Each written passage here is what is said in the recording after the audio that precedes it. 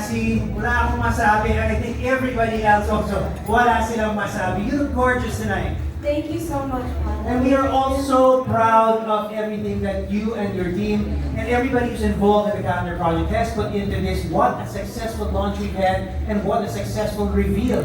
Thank you everybody. To my new Ginebra family, thank you so much. Thank you to everybody that worked hard on the shoot. Everybody, thanks.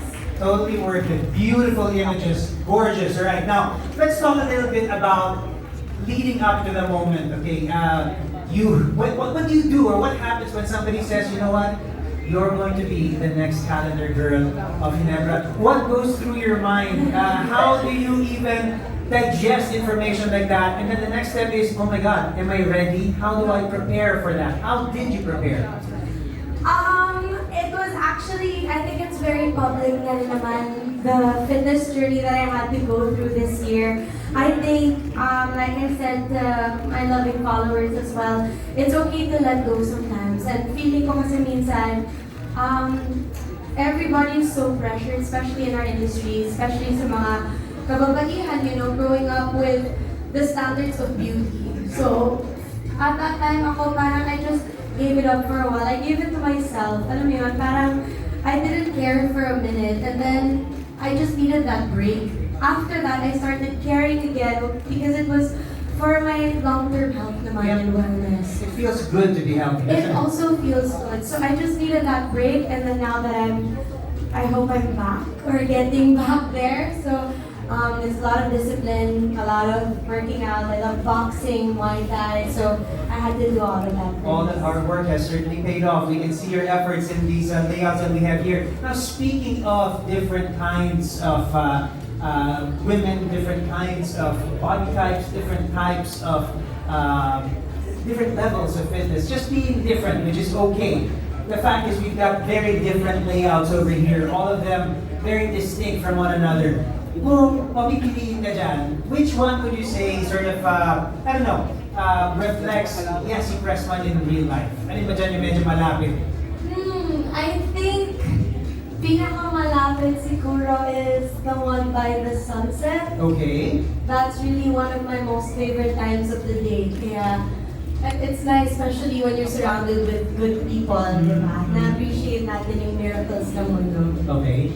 You know, sort of kicking back by a bonfire, watching the sun go down. A lot of people, nabanggit natin ito kanina, a lot of people might equate sunset with the end of things. But you prefer to think of it differently. Yes, I like to think that sunsets are also a new beginning, right? Tapos, tandaan lagi natin na, what if this is the last thing that we're going to see? So we have to appreciate every moment. Savor every moment and savor every drink that we enjoy.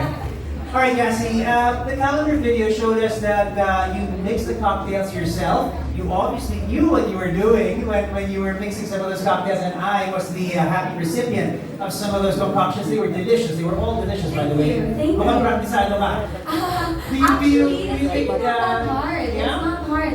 Honestly, sobrang konti lang ng mga ingredients na kailangan mo. And then you just really need to mix it all together. Then you have the perfect drink. Pinag-aralan mo ba ito for the fact that you were going to be a calendar girl, or did you always enjoy mixing drinks?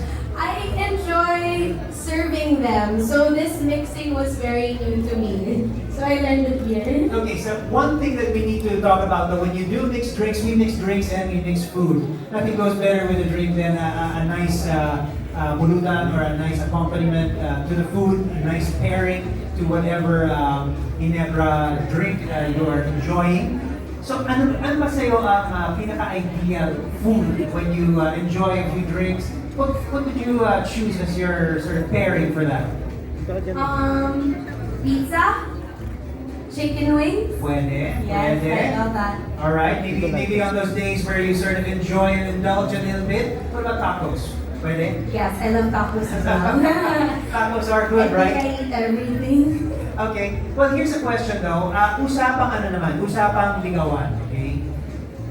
Parang may naglabas ng mga ballpen. Taking notes, guys. Hindi kung paano ligawan si Yassi, pero kung paano at niligawan ng Ginebra. How did they approach you, and how did they woo you, and how did you become convinced that you could embody something as iconic as being the calendar girl for Ginebra? Medyo maraming pagliligaw or harana. Yes, yeah. Medyo maraming harana because honestly, I didn't know if I was ready, I didn't know if I was prepared. I was on vacation. Okay. Sobrang vacation mode ako, tapos sabi ko, okay, is this the right time? Kasi naniniwala po talaga ako sa timing. So, after a lot of back and forth, I was like, okay, maybe this is really God's sign. It's the right time siguro. And it's coming of age for me, So, I hope you guys come with me with my journey with all of my kabarangays. And I think a lot of our kabarangays here are curious. They want to know, is that also reflective of other things in your life? Do you like long courtships? Yes. Yes? Take note, guys. Okay, take note. Long courtship daw. Meron tayong harana, love letters, sending the flowers, extended. Okay, that's what Yassi's into. Alright, let's talk a little bit more about this calendar, Yassi. We heard that the overall inspiration for the calendar is how women overcome the challenges that they encountered during the pandemic and how they rose up from these adversities. Personally, you have talked about this. You've been very open about overcoming your own personal challenges. How have your experiences affected the way you face challenges nowadays and how people can possibly take inspiration from that? Women, men, young people, you are certainly an inspiration to all of us. Thank you, Paula. I really appreciate that. I think the pandemic really changed everybody, especially myself as well. I know we all went through a lot of challenges, pero I think it was important that we came out of those challenges with a lot of lessons, and I hope that you guys also found your family that guided you through those stuff. And my family is here today, so thank you guys so much for coming. I wouldn't have survived the pandemic without them. So many things happened, family, friends, we've lost them, but we've also gained a lot. So it's always good to know that you're never alone. And when I knew that, and when I found, help and when I was a bit more open, then it was just easier for everybody. Kasi alam mo, meron kang masasandalan. Right, and I think it's a perfect mix to what Ginebra is all about now. Their campaign of huling patak ng bagong tapang is such a great sort of this great synergy between what you advocate and what they are about as a brand. Yes, because when you think about it, you say huling patak, diba? Parang huling-huli mo na yan and you think it's the end. But it's huling patak ng bagong tapang. So it's always a new beginning. And totoo yung sinasabi ng mga tao, diba? When one window closes, another door opens. So never think that it's the end. So never say die. Never say die. Never say die. Mga kabarangay, are we excited about Yassi being the calendar girl for 2023? Matanong naman natin si Yassi. Yassi, what excites you about this title? You are really joining, like I said, a very exclusive club here. I know, I feel a lot of pressure. Talaga? What excites you most about it? I mean, obviously, there's living up to expectations and pressure, but at the same time, it's such an amazing journey that you are starting here. What excites you most about this journey that you're on? Well, I know, Ginebra San Miguel has been here for 188 years. Yeah. So just being part of a huge legacy is such an honor for me, syempre.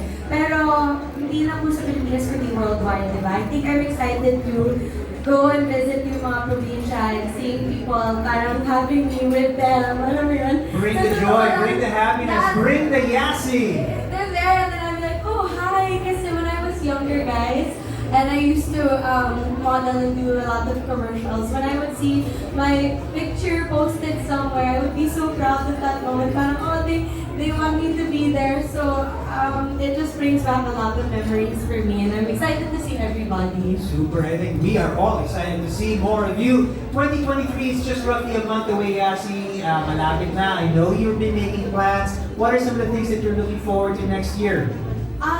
Actually, my family is visiting po for Christmas, so it's gonna be a happy Christmas for me. For next year, we have a lot of projects coming up, so sana po abangan niyo. Mysterious naman. Any clue? I mean, let us know. I don't think are we I talking can. about? Hindi pa po yata pwede sabihin, pero marami po kami Alright, let's prepare a few drinks from Yassi and then we'll ask her again a little bit later on. Let's see if those answers change. Usapang layout naman tayo ngayon, Yassi. I love all of your pageant-worthy answers and really it gives us some really insight into the personal side of Yassi. But let's talk a little bit more about some of the images that we see here, different kinds of layouts. How about we take a walk? Okay. Let's get closer to some of these layouts.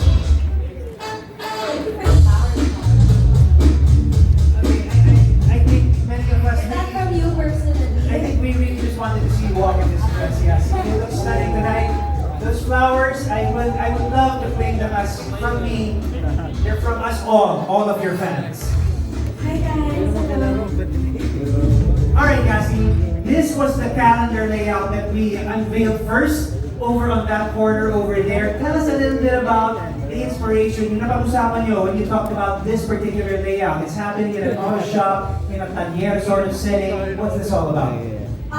Once again, this is the Jitsu mix layout, and this is set in a atelier. So, the concept of this is showing how women are also very empowered. Ito siguro yung isa sa mga lugar na hindi natin nakikita masyado yung mga kababaihan, but that doesn't mean we cannot do it. So, I love this layout too. Right, and I know recently, or not even recently, you had a growing appreciation for cars, motorsport. Yeah. You recently got into F1, didn't you? Yes, and I'm going on iPhone, and I just learned how to motocross. Wow, Uy. feeling! But I just started learning po. So ayun, I love cars, I love riding, I love riding my motorcycle too. And I have a show on YouTube, Karaoke with Yassi. I hope you guys like it. Hey! I'm Don't also forget to driving like and on YouTube. subscribe! Like and subscribe! Alright, well this is a great layout and it was a great mix that went with it. Ang sarap, very direct to the point, simple, Ginebra, gin, and calamansi. Delicious. That's it. Come on down this way here. Nahihiya ako ba ba't Get used to it, Yassi. Alright, this is another layout that I love. You know, moving from the tanier setting to the freshness of this, outdoor setting, this orchard, this calamansi orchard that we had over there. The vibe is just fresh. It's so, it's a different Yassi that I see here. It's a calamansi surprise layout. So, GSM's premium gin. I love the packaging of this gin. The flavors so nice. It's very, very light. Calamansi surprise. Well, we're just picking up calamansi. They're very casual with that lean over and over the surprise. Pero yun, this is in the greens, in the nature, and like I said kanina, I love camping. So, this is my outdoor layout. What is it about camping that you like? The escape. The escape and the quiet. I love it sometimes. To recharge para I think about all of my ideas there. I write them all down and I come home and then we shoot them, ganyan. Kasi most of the stuff we shoot. Ginger is here. She did the production design of all of the layouts. I was chatting with Ginger. We went away mga sinabi ni Ginger about you. It was all good things. You have a great team over there that really love you so much, Yassi, as we all do. You'll notice, everybody, that there are QR codes that you can scan over here on some of these layouts. It says scan for a juicy surprise. You actually have a direct link to some of the recipes for some of the drinks that Yassi presented to us. So if you're interested in some of those drinks, go ahead and scan those QR codes that we have over there and they will bring you straight to the site where you can view some of these recipes. Did you guys get to try the drinks? Did you like it? Tanong natin, ano ba yung favorite mo? Sort of this burnt amber sort of color and orange that we have here from the Kula Fu. Tell us about the Kula Orange Fizz. Kula Orange Fizz from a classic drink that everybody knows about, diba? So here we did the pampas around, Ginger fixed it all up, and then we're just wearing a chill polo here with a nice swimmy, very relaxed vibe once again. So it's a modern twist on a very classic drink. So we made the Vino Orange Fizz a while ago, and it's made with so many herbs, guys. So it just keeps the original flavor din ng Kula Fu. But like I said, it's a very contemporary sort of way to present this classic member of the Ginebra family, Vino Kula Fu. So once again, there is a code that you can scan over here. Feel the fizz, scan the code. This one over here, Yassi. This garnered a lot of oohs and ahs. Oh, when we really? unveiled- yeah, a lot of oohs and ahs. Nagandaan yata sila sa photography. It's a very sultry Yassi that we see here. Simply, it's a very stunning image, very arresting. Thank Tell us a little you. bit about the way that you, I don't know, what are you channeling here? I don't know. I don't know what I was channeling here, but I think this is also really my authentic self. So sometimes, after my shower, that's how my hair looks. So it's very like wavy and curly also on some days, and then that's probably my truest form. So I was channeling me. Okay. Well, my hair looks like this even after a shower. No change. Ayun lang ba? but I'll give you- you conditioner. But you look absolutely stunning in this one. Thank you so much. And this drink that you presented to match this one, the Sky Prisma, was also delicious. It had a very sweet sort of tone that went through a warm sort of finish. Yes, of course, we did the Sky Prisma here. Did you guys get to try the Sky Prisma? Do you guys like Good, it? diba? Right over there, I see somebody enjoying it. Thumbs up. It's a good one, right? Mga boss naman natin, did you guys enjoy the drink? Malakpakan naman po natin yung mga boss natin. Mga sir! Thank you so much for Can having I just say thank you so much for bringing Yassi in as the 2023 Calendar Girl. Palakpakan natin ang ating mga GSMI executives for making a wise choice. Somebody who embodies, like I said, femininity, but at the same time empowerment. Yes, thank you so much. I All right. love that. Well, let's finish off here. This one is packed with heat. Look at this bonfire that we've got going here, the glowing embers, and this hot image of you, Yassi. Tell us a little bit about this layout and the drink mix that goes with it. This is the Añejo Gold. It's a rum. So, sobrang mainit po talaga yung set namin dito. It was a real fire. It was blazing actually hanggang dito kataas. So, parang I was trying to dance pero parang, oops, parang move tayo pati dito. Baka masunog yung damit natin. Pero, we just had fun. We had the Añejo Gold and I don't know, it was the end of the day as well. So it was a very long day and then it just feels very, very rewarding if you end it with a nice drink. Right? The emojis for this, right? Fire, fire, fire! This is hot! This is such a great layout and such a wonderful drink. And I think the vibe that you presented here really sort of encapsulates and embodies a great finish to the fantastic lineup of layouts that we have here. The mango daiquiri that you came up mango with, daiquiri. using several members of the GSMI family. And actually, yun nga yung medyo ironic din di ba? It's very, very hot. But the drink is served as a slushy. So this is our only slushy So kapag extra init, alam nyo na which one to get. I hope you enjoy it. All right, well, how about a round of applause for Yassi and all of these beautiful layouts that we see here. Yassi, walk down this way, please.